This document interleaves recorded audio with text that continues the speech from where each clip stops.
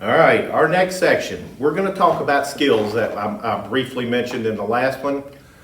When you're looking for a job, you need to be able to talk about what you're good at. So the first sheet I want you to look at looks like this. Keep in mind that the skills listed along this column, they could go on forever.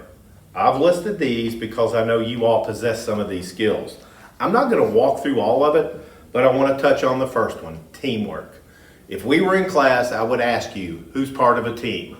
I would normally have a few hands go up, and those people would tell me sports teams.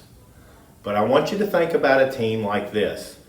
A team is a group of individuals that come together to work for a common outcome. Your goals are the same. That includes sports, but it includes a whole lot of other teams or groupings. Your class, you are a team. You all have the common goal, you want to pass. So you might need to help each other do that. Your family is a team. The most basic common goal of any family is just survival. So you do your part to help your family survive. So what I want you to do though is if you're part of a team, part of a sports team or part of a club, if you're in band, what makes you a good team member? Think about that for a second. What are the qualities? What makes you a really good team member? It may be things like you care about your team, you have compassion, you're dedicated, you show up when you're supposed to. Communication, big part. Not only in voicing things, but the big one to me is, can you listen? Okay? Again, if we were in class, I would use the example, everybody hears my voice. Not everybody is listening. Listening is a very important skill. What I want you to do is write down all the skills that you think apply to make you a good team member. And then when it comes time to talk about it, you've got a little bit of a head start. You can list being a teamwork as a skill, and you have things to say about it. You can go through the rest of this sheet on your own. Just go through it the same way. Just think it through, process it through. The next sheet I want to talk about for skills looks like this. Top section says basic skills of a good employee. Again, I'm not going to read them all to you, but I want to point out some highlights. The first three in that section, hopefully you're getting all that in school. Reading, writing, and math. Listening's on there. I've already mentioned that. We like people who think. Do you generate new ideas or do you just go along with what everybody else says? We also like decision making.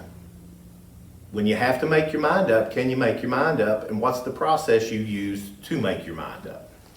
Down on the bottom, let me back up. The top section, all the basic skills, these things can be learned. The bottom, personal qualities of a good employee, they're more about who you are already, and it's kind of tough to learn. You can maybe make yourself into some of these, but it's going to be some hard work.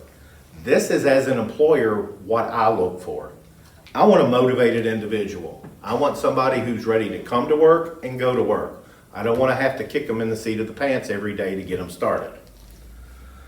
I'm looking for somebody who's loyal, honest, and sincere.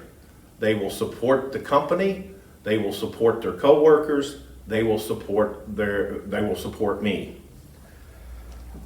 I also look for people that's willing to ask for help. Asking for help is not a sign of weakness. It's a sign that you want to learn. And unfortunately, there's a lot of people who are not willing to ask for help when they really need to. I look for creative people, self-confident people. We need flexible and adaptable individuals in the workplace.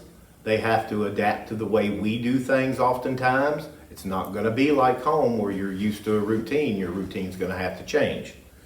And organized. Organized does not mean neat, but you need to be organized in your thoughts, in your work area, in your workstation. I'm sure Mr. Humphreys will be willing to answer any questions you may have regarding skills. He's heard me give this numerous times in class. He probably knows it better than I do.